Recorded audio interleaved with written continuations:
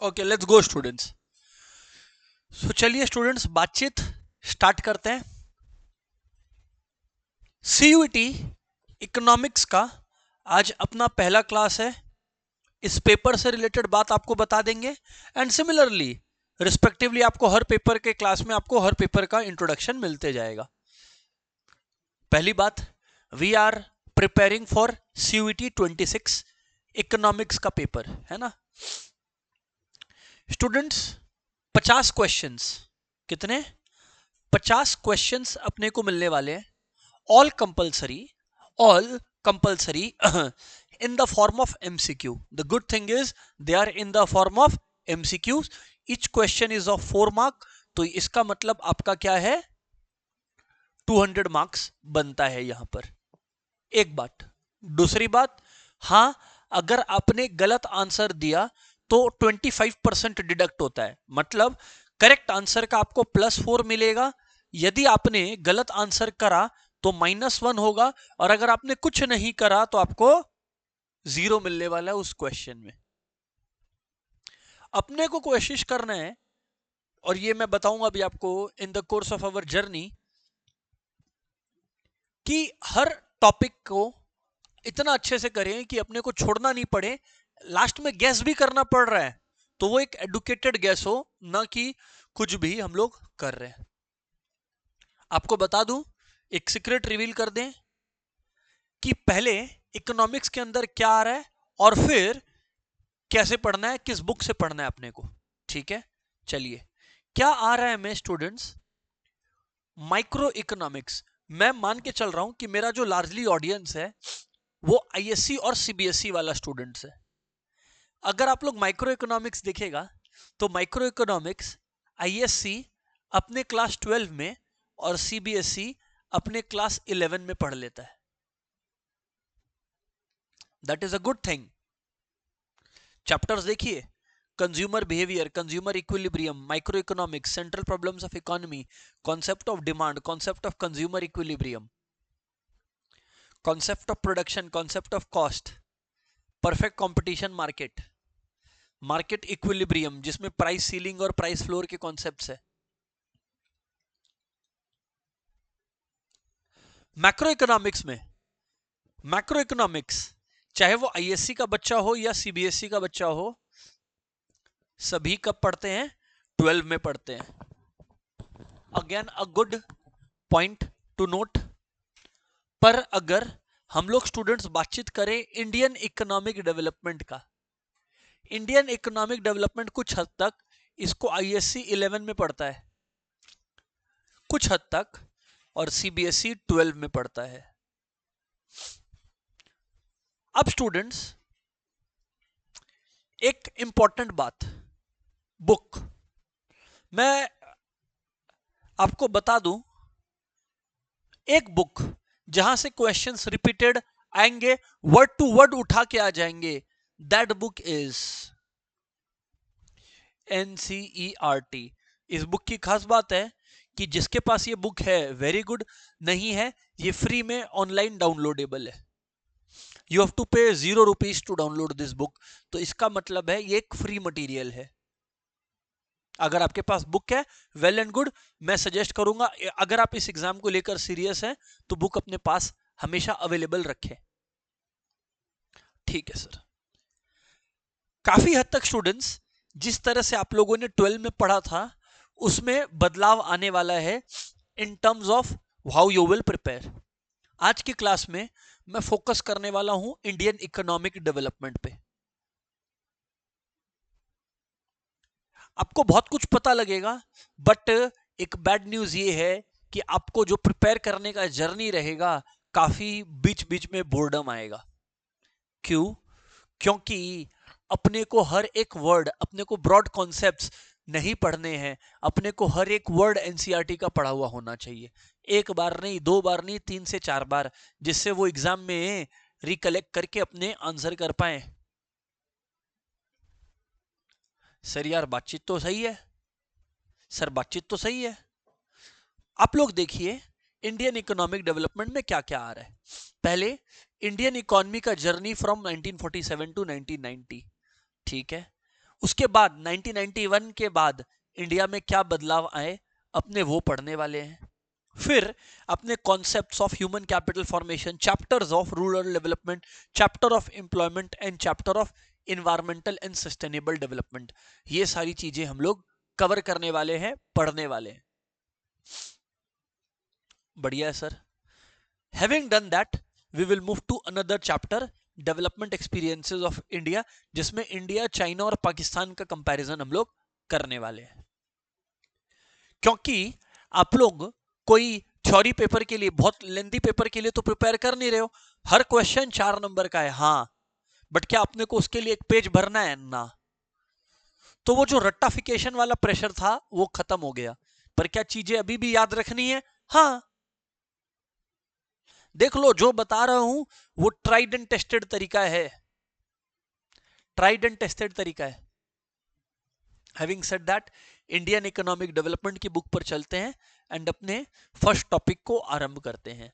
आज जब ये टॉपिक आप मेरे साथ पढ़ेंगे, इंडियन इकोनॉमी फ्रॉम 1947 टू 1990, मैं आपको ये भी समझाना चाह रहा हूं कि लुक कि पढ़ना कैसे है सीयूईटी के लिए।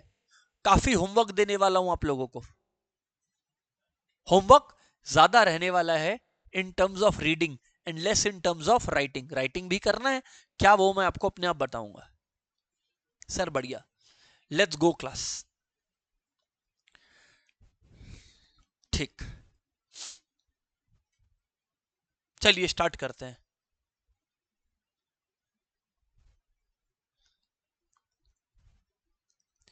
यहां पर इंडिया कितना इंपॉर्टेंट था, मैं क्या बोला, एक भी लाइन, एक भी शब्द अनइंपॉर्टेंट नहीं है, कहीं से भी उठा के सीधा वो लोग पेपर में दे देंगे। Let's see, viceroy of British India, Indian umpire British के लिए कितना इंपॉर्टेंट था। आपको ये तो पता है ना कि ब्रिटिश ने सिर्फ इंडिया को अपनी कॉलोनी नहीं बनाया था, ब्रिटिश ने और भी जगहों को ऑक्यूपाई कर रखा था, राइट। क्या बोलता है वहां का viceroy, Victor Alexander Bruce, India is the pivot of our empire, if the empire loses any other part of its dominion, मतलब ब्रिटिश अंपायर ने जो भी कैप्चर किया है, कुछ भी निकल जाए अंपायर के हाथ से चलेगा, वी कैन सर्वाइव। अगर हमने इंडिया लूज करा, India was that important for the British, the son of our umpire will have set. जो हमारे अंपायर का इतना मस्ती हो रखा है कि हम लोग जो भी रॉ मटेरियल चाहे वो इंडिया से ले लेते हैं और जो भी फिनिश गुड चाहे इंडिया को बेच देते हैं, वो मुमकिन नहीं हो पाएगा। वेरी इंपॉर्टेंट, दो तरीके से इंपॉर्टेंट है। 4 स्टेटमेंट आपको दे सकता है और बोल सकता है which one of them highlight the statement given by Victor Alexander Bruce. तो आपको ये पता होना चाहिए empire set if we lose India. तो पहला बात। दूसरा बात, आपको दे सकता है ये स्टेटमेंट और पूछ सकता है ये किसने कहा था, तो विक्टर एलेक्जेंडर व्रूस। मैं यही करने वाला हूं, हर एक वर्ड आपके साथ पढ़ने वाला हूं इसमें, और यही होमवर्क भी दूंगा आगे के लिए। चलिए स्टार्ट करते हैं। The primary objective of this book, Indian Economic Development, is to familiarize you with the basic features of Indian economy and its development as it is today in the aftermath of independence। मतलब independence के बाद क्या हुआ, हम लोगों को वो journey यहां दिखने वाली है, और इंडिपेंडेंस के दौरान भी क्या हुआ, काफी हद तक we will see that, study that. आगे देखिए क्या लिखा है। However, it is equally important to know something about the country's economic past, even as you learn about its present state and future. So let us first look at the state of Indian economy prior to independence। मैं बोला था कि आपका जो timeline of study है वो इस तरह से रहने वाला है स्टूडेंट्स। टिल 1947, कहां से, लगभग लगभग आप लोगों का ये जर्नी शुरू होने वाला है फ्रॉम 1757, जब से ब्रिटिश के कंट्रोल में इंडिया आया था after battle of Plassey. India independent होता है 190 साल बाद, 1991 में कुछ चेंजेस आते हैं एंड बियॉन्ड दैट। तो आपको आने वाले 1-2 चैप्टरों में ये जर्नी दिखने वाली है। ठीक है sir, moving on, and form an idea of the various considerations that shaped India's post independence development strategy. अभी तक अगर एमसीक्यू का बोलूं तो मैं बीच बीच में लिखाऊंगा एमसीक्यू हॉटस्पॉट्स क्या है। तो पहला एमसीक्यू हॉटस्पॉट है ये खुद स्टेटमेंट, साथ साथ लिखते जाइएगा, फर्स्ट क्लास है तो थोड़ा सा धीमे धीमे बता रहा हूं, but we need to remember this. ये एक एमसीक्यू हॉटस्पॉट है। चलिए आगे बढ़ता हूं। The structure of India's present day economy is not just of current making. It has its roots steeped in history, particularly in the period when India was under British rule, which lasted for almost 2 centuries before India won its independence on 15th August 47. The sole purpose of colonial British rule in India was to reduce the country to being a raw material supplier. Very important. MCQ hotspot लिख लो, MCQ.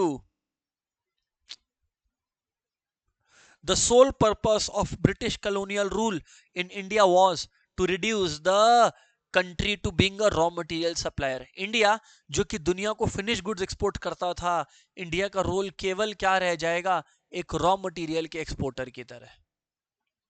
For great Britain's own rapidly expanding modern industrial base. An understanding of exploitative nature of this relationship is essential for any assessment of the kind and level of development which the Indian economy has been able to attain over last 7.5 decades.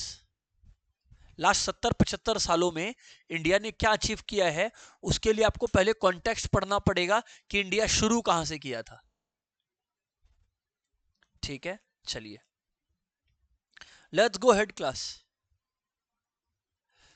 Low level of economic development under the colonial rule.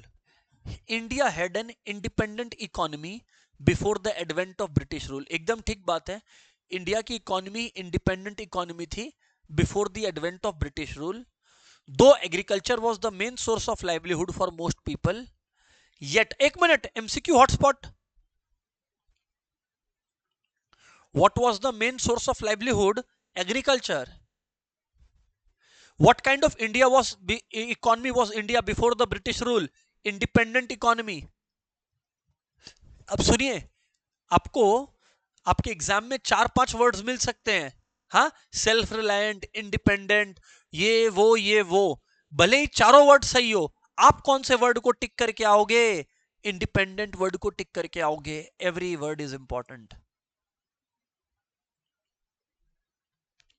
Yet the country's economy was characterized by various kinds of manufacturing activity. India was particularly well known for its handicraft industries in the field of cotton and silk textile, metal and precious stonework. MCQ. What was India known for? India was known for its cotton and silk textile, metal and precious stoneworks. तीन जगहों पर India well known था, cotton and silk, metal and precious stoneworks.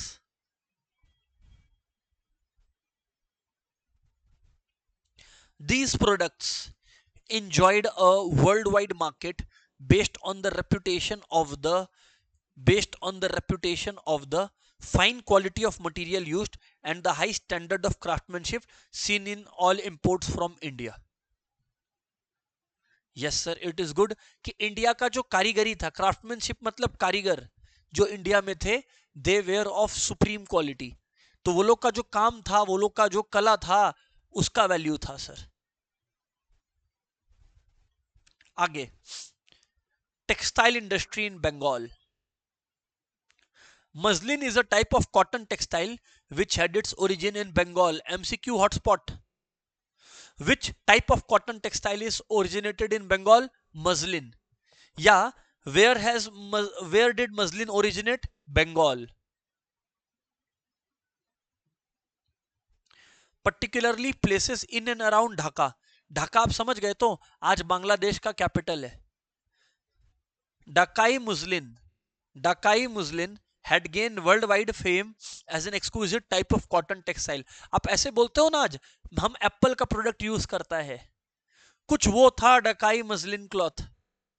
Kings, queens, emperors used to wear this kapda. The finest variety of muslin was called malmal. Was called malmal. MCQ hotspot. Sometimes foreign travelers also used to refer to it as malmal shahi or malmal khas, implying that it was worn by or fit for the royalty. मतलब ये इतने supreme quality के थे कि माना जाता था कि ये तो किंग क्वीन और एम्परर्स के लिए ही है.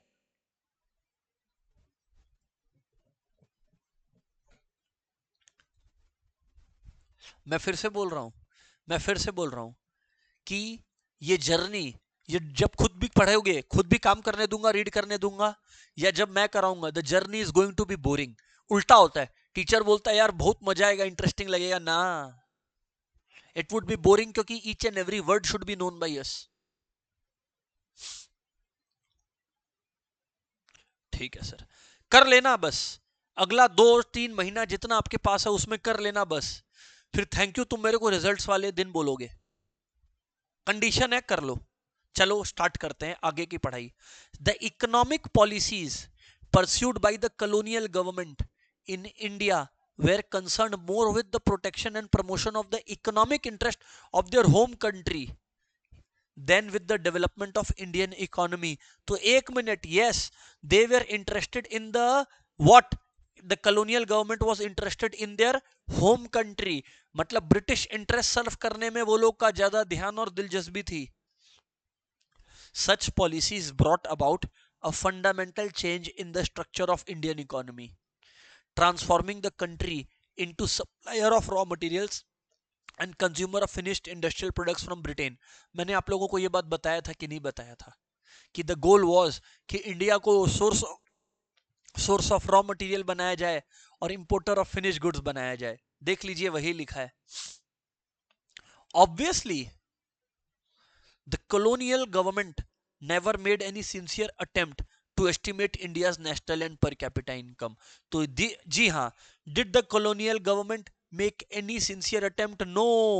तो यहां पर MCQ हॉटस्पॉट है.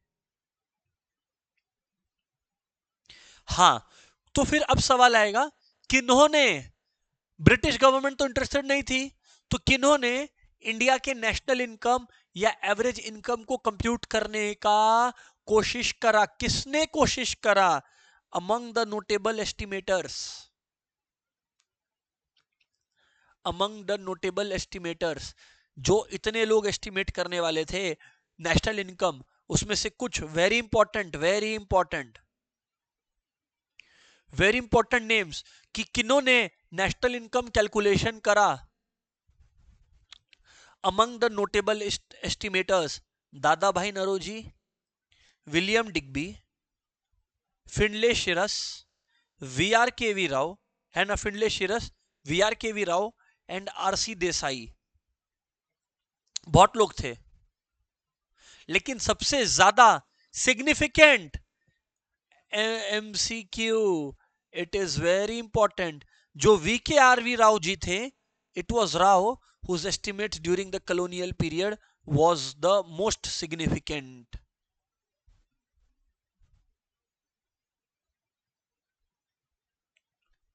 आगे बात करें जी sir. However, most studies did find that the country's growth of real output during the first half of the 20th century, first half of the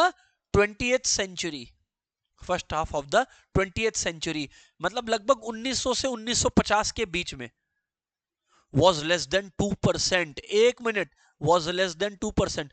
तो 20th century के फर्स्ट हाफ में कितना था? MCQ, 20th century के first half में कितना था? MCQ, less than 2%, coupled with a meager 0.5% growth in per capita output per year. तो per capita output 0.5% था, per capita output 0.5% था. तो एग्जाम में आया एग्रीगेट आउटपुट कितने से बढ़ा? 2%. Per capita output 0.5%. Very important,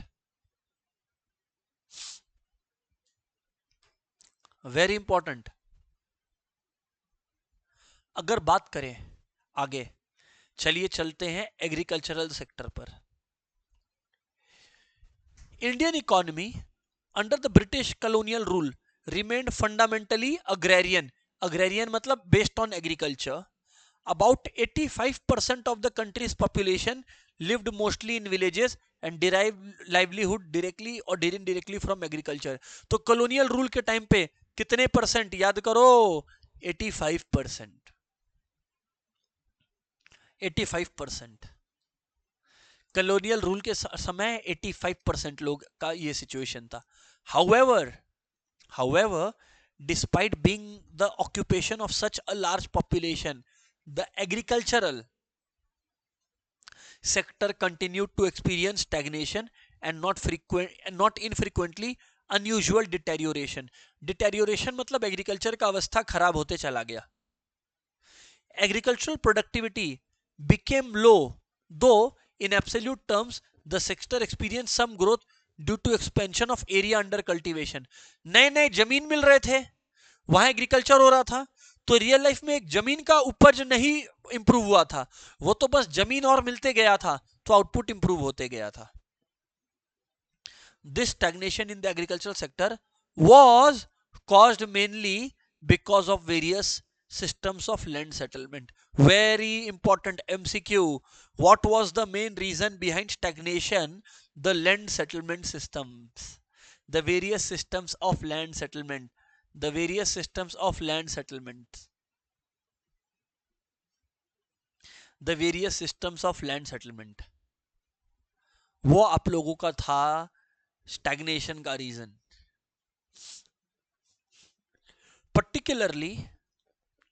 particularly under the zamindari system which was implemented in the then Bengal presidency.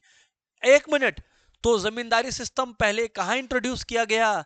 In the Bengal presidency comprising parts of India's present day eastern states. India के जो आज eastern states हैं वहां पे पहले उसी को Bengal presidency बोलते थे. The profits accruing out of the agriculture sector went to the zamindar instead of the cultivator. Profit किसके पास जाता था? जमींदार के पास. मतलब समझे जमींदार कैसे बनाता था ब्रिटिश? मान लो एक लैंड है, ब्रिटिश ऑक्शन करवाया, आओ आओ कौन सा जमींदार, कौन इसका जमींदार बनने वाला है, उसको जमींदार हम बनाएंगे जो हमें इस जमीन से सबसे ज्यादा रेंट देगा. तो मान लीजिए आपने कहा कि हम 60 रुपीज रेंट देंगे, इन्होंने कहा कि हम 70 रुपीज रेंट देंगे, तो वो जीत गई, तो उसको 70 रुपीज रेंट के कंडीशन पर जमीन अलॉट कर दिया गया. अब मान लीजिए उस जमीन से 200 रुपया का सामान आया, ब्रिटिश को जमींदार 70 दे देता था, खुद मेजॉरिटी रख लेता था और फार्मर को 10-20 रुपया देता था, और फार्मर को बोलता था कि जब उसी पैसे में से जमीन का इंप्रूवमेंट कर. मतलब जिसको कम हिस्सा मिल रहा है वो जमीन के लिए काम करेगा. However, a considerable number of zamindars and not just the colonial government did nothing to improve the condition of agriculture. Did nothing to improve the condition of agriculture. The main interest of zamindars class, the main interest of zamindars was only to collect rent. The main interest of zamindar class, जमींदारों का main interest क्या था बताइए students? जमींदारों का main interest क्या था बताइए? To only collect rent regardless of economic condition of the cultivators. कि कल्टीवेटर का क्या इकोनॉमिक कंडीशन है हमें मतलब नहीं है, हमें रेंट चाहिए. This cost immense misery and social tension among the latter. मतलब कल्टीवेटर्स लोग बेचारे बड़े परेशान रहते थे.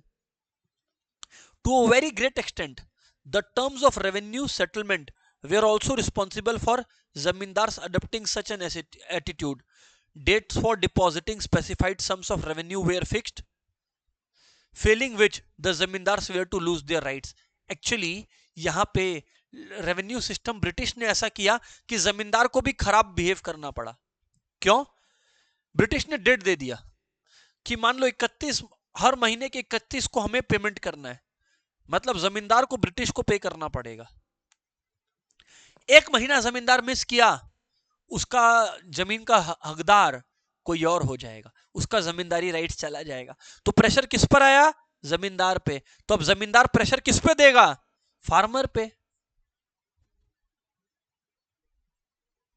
जमींदार किस पे प्रेशर देगा? फार्मर पे। सोसाइटी आपके पेरेंट्स को बोलती है कि बच्चा को बोलिए अच्छा पढ़ने के लिए, तो पेरेंट्स आपको बोलते हैं भाई अच्छा पढ़ ले। तो जो लोएस्ट लेवल पर रहता है वही तो सबसे ज्यादा पीसेगा, वही तो सबसे ज्यादा पीसेगा ना। सर बात सही है सर।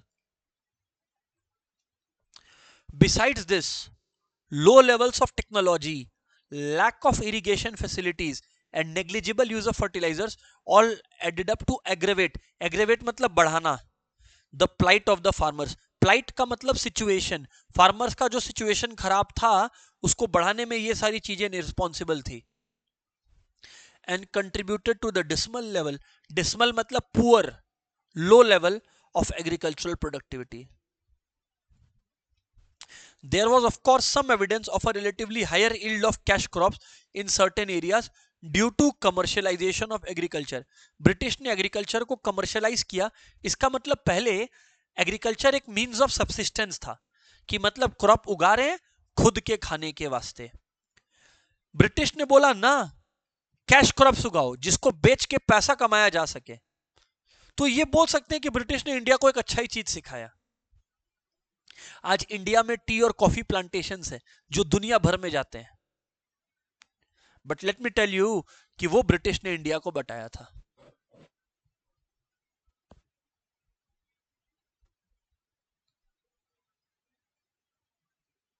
आगे बढ़ते हैं। But this could hardly help farmers in improving their economic condition, as instead of producing food crops now they were producing cash crops which were be ultimately used by British industries back home। तो फार्मरों को वो cash crop बेचने का ज्यादा payment नहीं मिलता था। क्यों? कैश क्रॉप में क्या उगवाते थे? इंडिगो। इंडिगो क्या करता है? कपड़े को रंग करने में काम आता है। अच्छा वो ठीक है, वो उगवाओ, फार्मर को पैसा दे दो। पैसा भी एडिक्वेट नहीं मिलता था। और अगर कोई फार्मर बोलता था कि नहीं हम अपने खाने के लिए फूड क्रॉप्स कंज्यूम करेंगे, तो उसका अंगूठा काट देते थे। ये सब तो एनसीईआरटी में लिखा नहीं होगा, ये भी बता दें आपको। Despite some progress made in irrigation, India's agriculture was starved of investment in terracing, flood control, drainage and desalinization of soil। तो ये इंपॉर्टेंट है एमसीक्यू। क्या कि कुछ इरिगेशन में प्रोग्रेस हुआ था, इंडिया का एग्रीकल्चर फिर भी कहां था? टेरेस फार्मिंग नहीं कर रहा था, तो पानी रुकता नहीं था, फ्लड कंट्रोल नहीं हो पा रहा था, प्रॉपर ड्रेनेज सिस्टम नहीं था पानी को स्टोर करने के लिए या डायरेक्ट करने के लिए, एंड डिसैलिनाइजेशन ऑफ सॉइल, सॉइल का क्वालिटी, सॉइल का कंटेंट खराब हो जाता था। While a small section of farmers change their cropping pattern from food to commercial crops, a large section of tenants, small farmers and sharecroppers neither had resources or technology nor had incentive to invest in agriculture। क्योंकि farmer के पास पैसा ही इतना कम है, वो invest कहां से करेगा?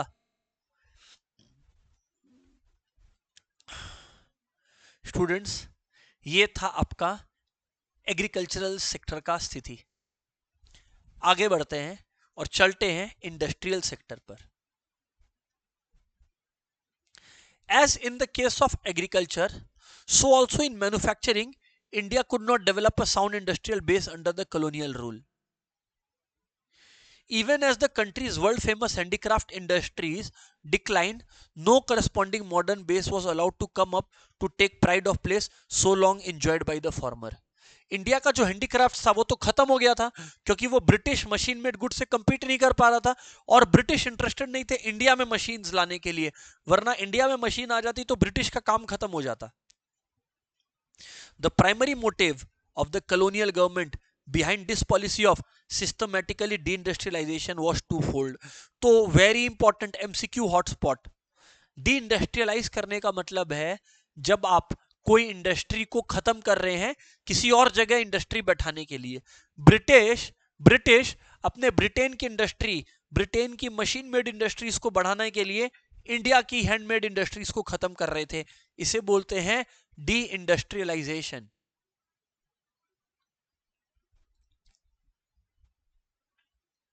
Class, the intention was, first पहला intention था to reduce India to the status of mere exporter of raw materials. पहला गोल था कि इंडिया को खाली रॉ मटेरियल का एक्सपोर्टर बना दो for upcoming modern industries in Britain. India को केवल क्या बना दो, रॉ मटेरियल का exporter for the upcoming modern industries in Britain. And second, to turn India into a sprawling market for the finished products of those industries so that their continued expansion could be ensured to the maximum advantage of their home country. मतलब क्या हुआ, समझ में आया ना? पहला कि India को रॉ मटेरियल का एक्सपोर्ट बना दो, रॉ मटेरियल एक्सपोर्ट का सोर्स बना दो, और modern industries in Britain India को अपना मार्केट बनाएगी. मतलब मॉडर्न इंडस्ट्रीज ब्रिटेन में जो कपड़े बनाएंगी वो कहां बेचेगी, इंडिया में. मतलब two fold objective. In the unfolding economic scenario, the decline of the indigenous मतलब local handicraft industries created not only massive unemployment in India में केवल massive unemployment नहीं हुआ, but also a new demand in the Indian consumer market which was now deprived of the supply of locally made goods. जहां अब locally made goods की supply का कमी हो गया था. तो not only massive unemployment in India but also a new demand in the Indian consumer market which was now deprived of the locally made goods. This demand was profitably met by the increasing imports of cheap manufactured goods from Britain. क्योंकि सस्ता था British goods, तो यहाँ पे जो लोगों का income था कम था, तो दे वांटेड सच गुड्स.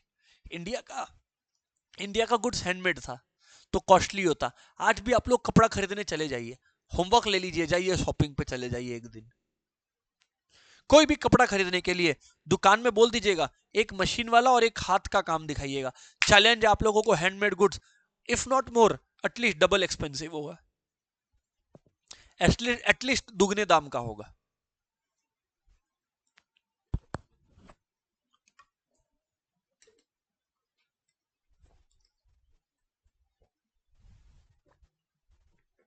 कुछ इसी तरह से चाइना का, स्टूडेंट्स अगर आप लोग देखोगे कुछ इसी तरीके से चाइना आज कर रहा है.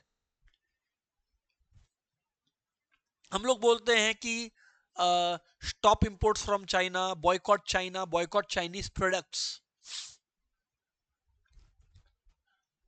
बट सारी देशभक्ति हमारी खत्म हो जाती है जब हम लोग दुकान में सामान खरीदने जाते हैं.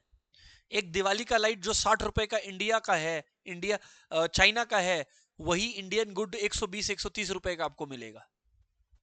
वो छोड़ दीजिए, जो बॉयकॉट चाइना का टी शर्ट बनता है वो भी चाइना से बन के आता है. चाइना किस हद तक बिजनेस करता है आप लोग देखिए. बॉयकॉट चाइना का टी शर्ट भी चाइना बना के बेचता है. सर समझ आ रहा है? During the second half of the 19th century, modern industry began to take root in India, but its progress remained very slow. तो हाँ, during the second half of 19th century मतलब समझ गए ना, during the second half of 19th century मतलब 1850 के बाद,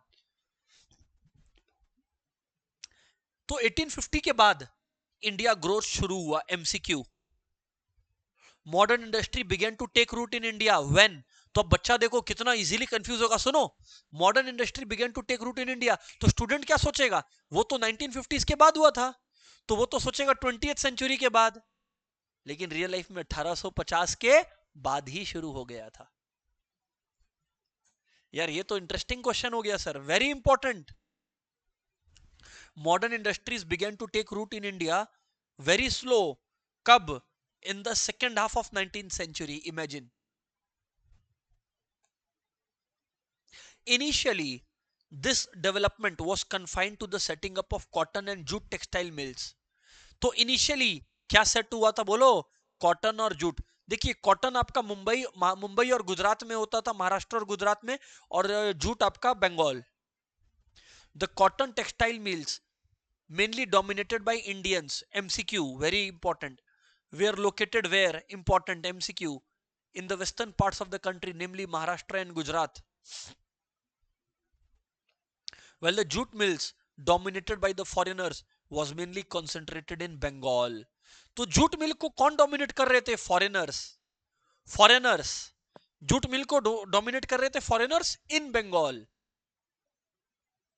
and जो आपके कॉटन मिल्स थे, क्या थे? कॉटन मिल्स थे. वो जो आपके कॉटन मिल्स थे, that were primarily there. Cotton mills जो आपके थे, दैट वाज प्राइमरीली देयर. ध्यान दीजिएगा, cotton mills were primarily there and dominated by Indians. Very important. Subsequently अब देखो second half of 19th century में, इधर देखो, subsequently the iron and steel industries began coming up in the beginning of 20th century. तो कब आया iron और steel industry? Very important, in the beginning of 20th century. TISCO कब incorporate हुआ? 1907, beginning of 20th century. और भी कुछ आए, शुगर, सीमेंट, पेपर, कब आए? After second world war. तो एग्जाम में आ सकता है. देखो बच्चा लोग आयरन स्टील पढ़ के गया, एग्जाम में पूछ लिया, बता शुगर सीमेंट पेपर कब आया था? तो शुगर सीमेंट पेपर ये सब कब आया था? सेकेंड वर्ल्ड वॉर के बाद.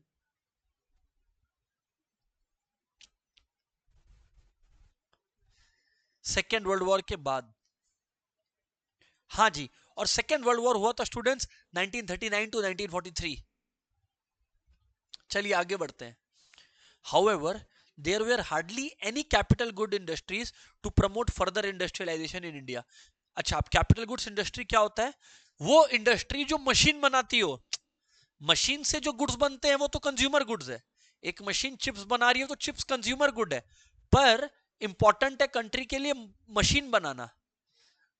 Capital goods industry means industries which can produce machine tools which are in turn used for producing articles for current consumption. तो capital goods industry उन्हें कहा जाता है.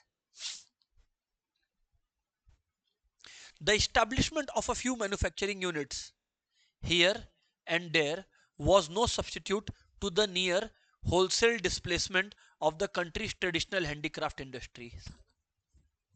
Furthermore, the growth rate of new industrial sector and its contribution to GDP or GNP was very small. So the growth was very small. Abhi bhi MCQ important. The growth rate was very small. Another significant drawback of the new industrial sector was the very limited area of operation of public sector. तो जो public sector था यानी कि government था, वो बहुत ही limited जगह पर ऑपरेट कर रही थी. This sector remained confined only to the railways, only to power generation, communication, ports and some other departmental undertakings. तो public sector undertakings में क्या क्या थे? Railway, power generation, communications, ports and some other departmental undertakings. Students, moving on. Next क्या है जी? Sir next क्या है जी? Foreign trade, FT, foreign trade. Foreign trade. India had been an important trading nation since ancient times, but the restrictive policies of commodity production, trade, and tariffs pursued by the colonial government adversely affected the structure, composition, and volume of India's foreign trade. ध्यान दीजिएगा, India has been an important trading nation since ancient times, but the restrictive policies of commodity production, trade and tariff pursued by the colonial government adversely affected the structure, composition and volume of India's foreign trade. मतलब समझोगे, India का British के आने के पहले world में trade का share कितना था जानते हो? 27%. और जब ब्रिटिश छोड़ के गया इंडिया, इंडिया का share in world trade was 3%. मतलब अगर दुनिया 100 गुड्स खरीदती थी तो पहले इंडिया से 27 गुड्स जाता था, बाद में 3 ही गुड्स जाता था. क्यों? ऐसा क्यों? ब्रिटिश ने ना ब्रिटिश गुड्स को तो टैक्स से एग्जेम्प्ट रखा. मतलब ब्रिटिश गुड्स महंगा नहीं होता तो सस्ता रहता था, और इंडियन हैंडमेड गुड्स पर टैक्स लगा देते थे. इससे इंडियन गुड्स और महंगा हो गया, तो उनका डिमांड खत्म हो गया. Consequently, India became an exporter of primary products such as raw silk, cotton, wool, sugar, indigo, and an importer of finished goods like finished consumer goods like cotton, silk, and woolen cloths, and capital goods like machinery. क्या ये हम लोग first time पढ़ रहे हैं?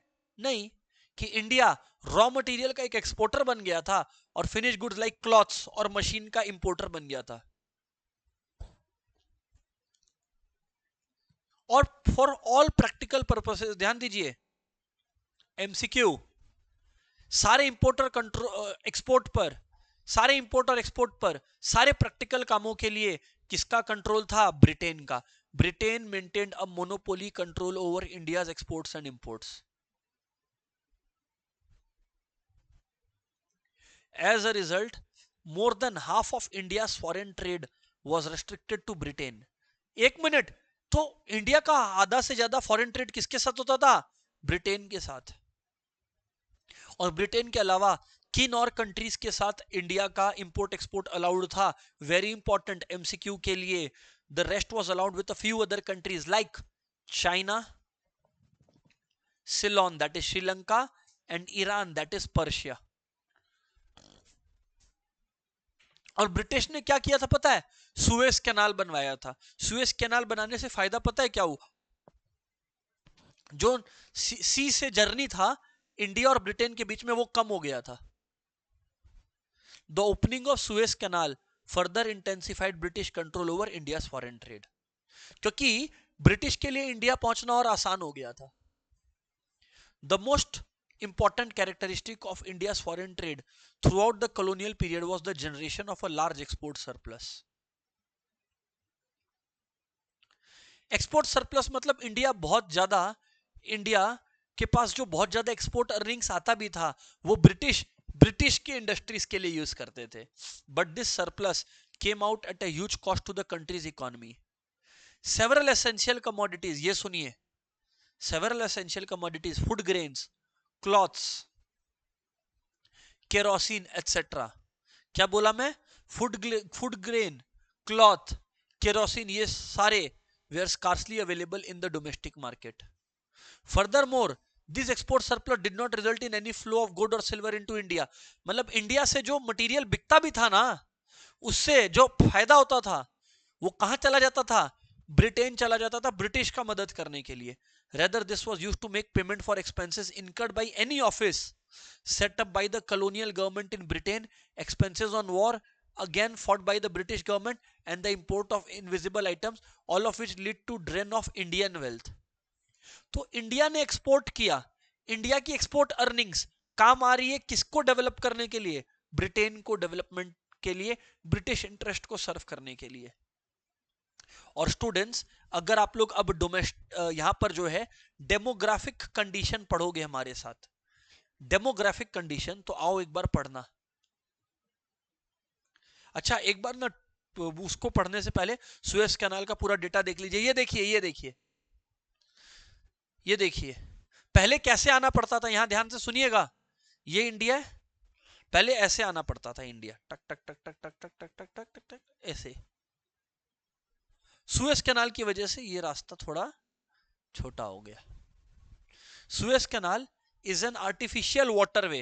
ये देखो बोला ना, Suez Canal is an artificial waterway running from north to south across the isthmus of Suez in north eastern Egypt. Very important, very important. Suez Canal किसके थ्रू पास करता है? Across the isthmus of Suez in north east Egypt. It connects port said on the Mediterranean Sea with the Gulf of Suez. It connects port said on the Mediterranean Sea with the Gulf of Suez and arm of the Red Sea. तो एक तरह से Mediterranean सी और red सी को link कर रहा है. किसको किसको लिंक कर रहा है? मेडिटेरेनियन सी को और रेड सी को. The canals provide a direct trade route for ships operating between Europe or American ports and ports located in South Asia, East Asia and Oceania by doing away with the need to sail around Africa. मैंने क्या बोला था?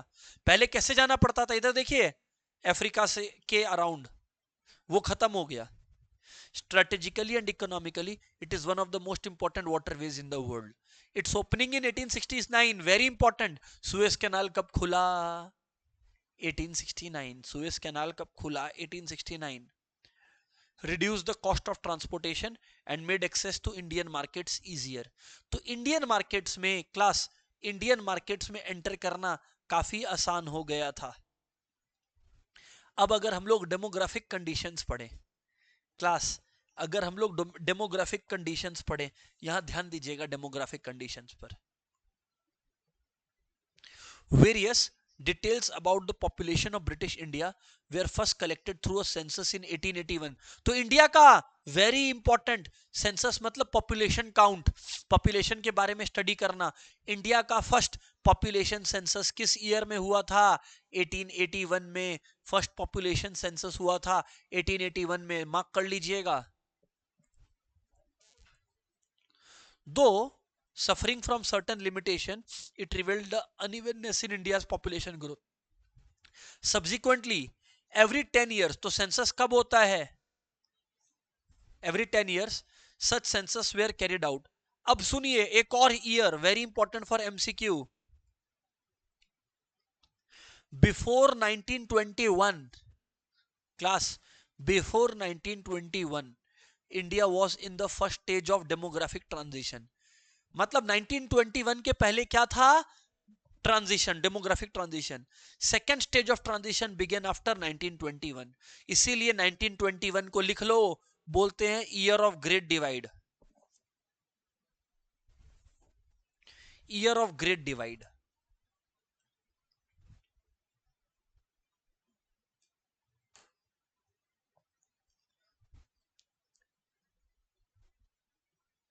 Year of great divide क्यों पता है आपको? पता है 1921 में फर्स्ट टाइम इंडिया ने नेगेटिव ग्रोथ देखा. मतलब पॉपुलेशन बढ़ा नहीं, कम गया. 1921 में ये फर्स्ट टाइम देखा और लास्ट टाइम देखा इंडिया. फिर उसके बाद 1921 के बाद इंडिया का पॉपुलेशन ग्रो होते गया. आज इंडिया हर साल एक ऑस्ट्रेलियन पॉपुलेशन पैदा कर देता है. However, neither the total population of India nor the rate of population was very high. अच्छा, अगर आप लोग सोशल इंडिकेटर्स देखोगे तो आपको बहुत अच्छा नहीं लगेगा. मैं आपको बताऊं, इधर देखो. The various social development indicators were also not quite encouraging. The overall literacy rate was less than 16%. Educated नहीं बोल रहा, लिटरेट. ब्रिटिश के टाइम पे कितना? 16% मतलब 16% से कम लोग एक भाषा पढ़ और लिख सकते थे. एडुकेटेड का बात ही मत कीजिए. Out of this female literacy was at a negligible low of about 7%. पूछा जा सकता है. एमसीक्यू हॉटस्पॉट्स, एमसीक्यू हॉटस्पॉट है यहां पे. MCQ MCQ MCQ.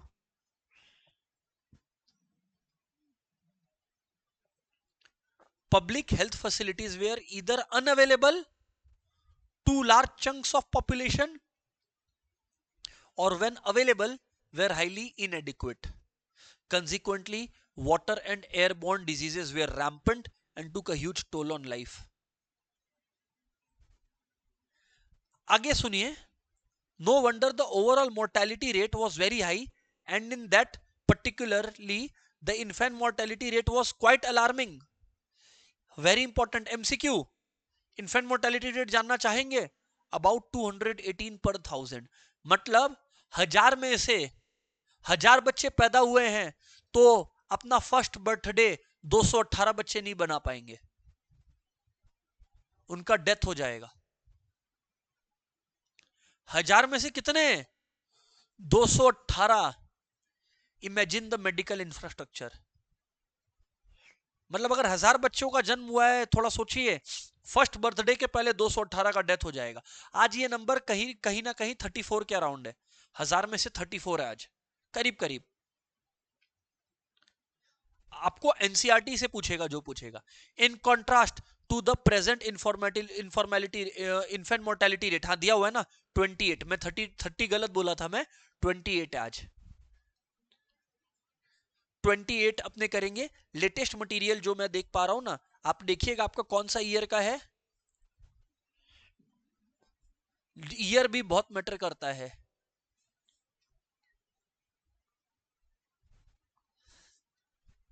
जो भी हो आपका ईयर, मेरा ईयर चेक कर लीजिए 25-26, तो अपने को 28 कर लेना है। समझ में आ रहा है ना? जी सर। अच्छा, लाइफ एक्सपेक्टेंसी इंडिया की क्या थी, देखिए इधर 32 इयर्स। मतलब समझ रहे हो, मतलब एक आदमी ऑन एन एवरेज अगर 32 इयर्स हो जाता था तो आप समझ लेते थे कि इसका डेथ का टाइम हो गया है। 32 years of age. MCQ hotspot.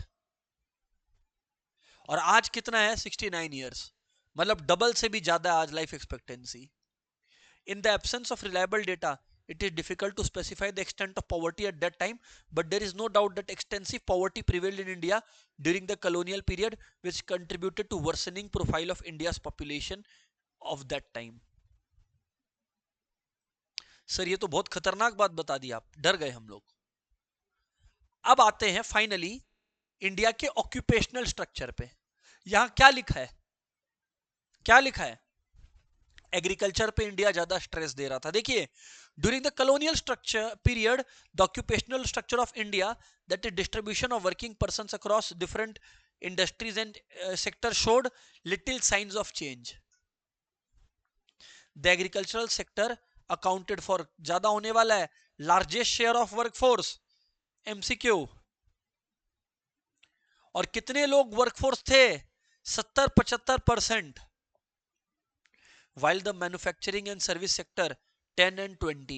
तो मैन्युफैक्चरिंग में 10% लिख लीजिएगा और सर्विस में 20%। Another striking aspect was the growing regional variation. अब आने वाला इंपॉर्टेंट बात, part of the Madras presidency. उस समय क्या प्रेसिडेंसीज हुआ करती थी ना, मद्रास प्रेसिडेंसी में क्या क्या आता था सुनिए। Present day Tamil Nadu, Andhra Pradesh, Kerala and Karnataka. Madras presidency में ये सब आते थे। बॉम्बे और बंगाल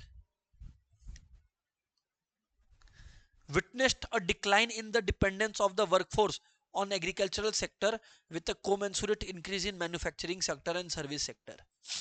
तो कहां ये देखने मिला, इधर ध्यान दीजिए, मद्रास प्रेसिडेंसी में और आपका बॉम्बे एंड बंगाल में देखा गया एग्रीकल्चरल सेक्टर पे वर्कफोर्स कम डिपेंडेंट है और किसमें ज्यादा डिपेंडेंट है? मैन्युफैक्चरिंग और सर्विस सेक्टर पे। However, एक मिनट रुकिए। However, there had been an increase in share of workforce in agriculture during the same time in states such as Orissa, Rajasthan and Punjab. तो समझ रहे हो, उड़ीसा, राजस्थान और पंजाब में एमसीक्यू हॉटस्पॉट है ये। उड़ीसा, राजस्थान और पंजाब, यहां पे भी एमसीक्यू हॉटस्पॉट है। उड़ीसा, राजस्थान और पंजाब, जहां पे एग्रीकल्चरल सेक्टर के भरोसे ज्यादा लोग थे, वहीं पे बॉम्बे, बंगाल, मद्रास प्रेसिडेंसी में एग्रीकल्चर के भरोसे कम लोग होते गए। अगर इंफ्रास्ट्रक्चर की बात करें तो under the colonial regime basic infrastructure such as railway, ports, water transport, posts and telegraphs did develop. हाँ, ये सारी चीजें डेवलप हुई थी। However, the real motive behind this development was not to provide basic amenities to the people but to serve various colonial interests। तो ये सारी जो सुविधाएं भी उपलब्ध कराई जा रही थी, ये मेन था आप लोगों का, यहां पर सुनिएगा, कॉलोनियल इंटरेस्ट को सर्व करने में। Roads constructed in India prior to the advent of British rule were not fit for modern transport. The roads that were built primarily serve the purpose of mobilising the army. तो British ने जो किया था उसका primary purpose क्या था roads का, कि कभी भी इंडिया में अगर आंदोलन हो जाए, विद्रोह हो जाए, तो उसको बैठाने के लिए आर्मी चाहिए with in India and drawing out raw materials from the countryside to the nearest railway station or port to send this to far away England और अदर लुक्रेटिव फॉरेन डेस्टिनेशंस। तो ब्रिटिश को Indian transport से कोई लेना देना नहीं था। उनका दो पर्पस था, एक आर्मी और एक ट्रेड। एक आर्मी और एक क्या था बताइए? Trade.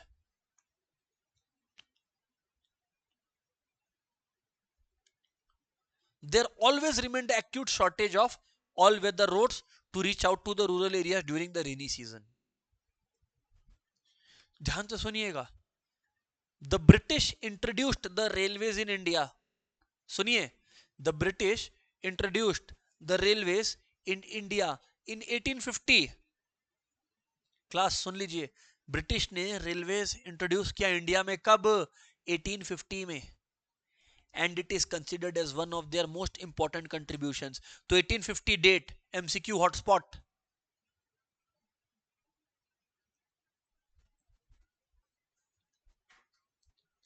The railways affected the structure of the Indian economy in two important ways. On one hand, it enabled people to undertake long distance travel. एक तो रेलवेज की वजह से लॉन्ग डिस्टेंस ट्रेवल मुमकिन हो पाया and thereby break geographical and cultural barriers. तो एक लॉन्ग डिस्टेंस ट्रेवल पॉसिबल हो पाया था. while on the other hand it fostered commercialisation of Indian agriculture. तो रेलवेज का दो पर्पस, ये एमसीक्यू हॉटस्पॉट है. एक, ज्योग्राफिकल और कल्चरल बैरियर्स तोड़ना, और दूसरा, कमर्शियलाइजेशन को इंप्रूव करना. बार बार बोल रहे हैं, एक भी वर्ड नहीं छोड़ेंगे अपने. The volume of India's exports undoubtedly expanded. India का एक्सपोर्ट्स बढ़ा, but its benefits rarely accrued to the Indian people. मैंने क्या ये बात पहले नहीं बताया? इंडियन एक्सपोर्ट से जो अर्निंग्स आता था वो किसको डेवलप करने के लिए यूज होता था? ब्रिटिश एम्पायर को. The social benefits which the Indian people gained owing to the introduction of railways, मतलब हाँ, लोगों का ट्रांसपोर्टेशन में हेल्प हुआ, बट वो कुछ भी नहीं था कंपेयर टू जो फायदा ब्रिटिश ने हमारी वजह से करा. Along with the development of roads and railways, the colonial dispensation also took measures of developing the inland trade and sea lanes. तो क्या ब्रिटिश ने inland trade और sea lanes बनाया? Yes. MCQ hotspot.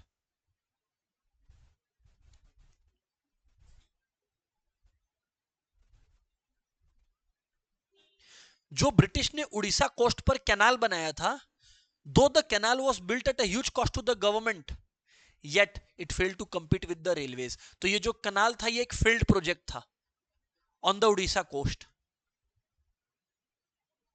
और अल्टीमेटली ये ban हो गया था. क्यों? पता है क्यों?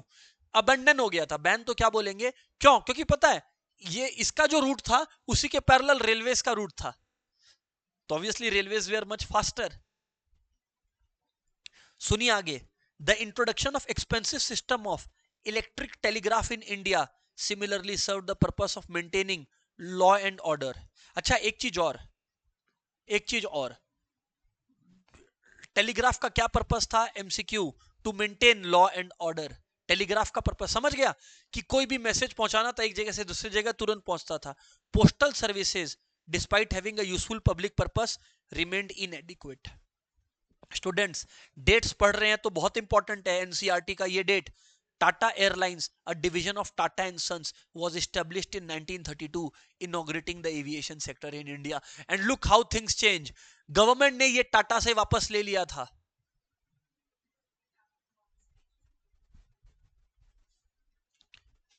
टाटा एयरलाइंस याद रखिएगा कब? 1932. And finally, to conclude this chapter, by the time India won its independence, the impact of the 2-century long British colonial empire was already showing its impact on different aspects of the economy. The agricultural sector was already saddled with surplus labor and extreme low productivity. MCQ hotspot कि which area was saddled with surplus labor and extremely low productivity? Agricultural productivity was low and labor or staff there was high. The industrial sector was crying for modernization, diversification, capacity building and increased public investment. कहां investment नहीं था? बिल्कुल भी industrial sector में. Foreign trade was oriented to feed the industrial revolution in Britain. Infrastructure facilities including the framed railway network needed upgradation. Prevalence of rampant poverty and unemployment required welfare orientation of public economic policy. In a nutshell, the social and economic challenges before the countries was enormous.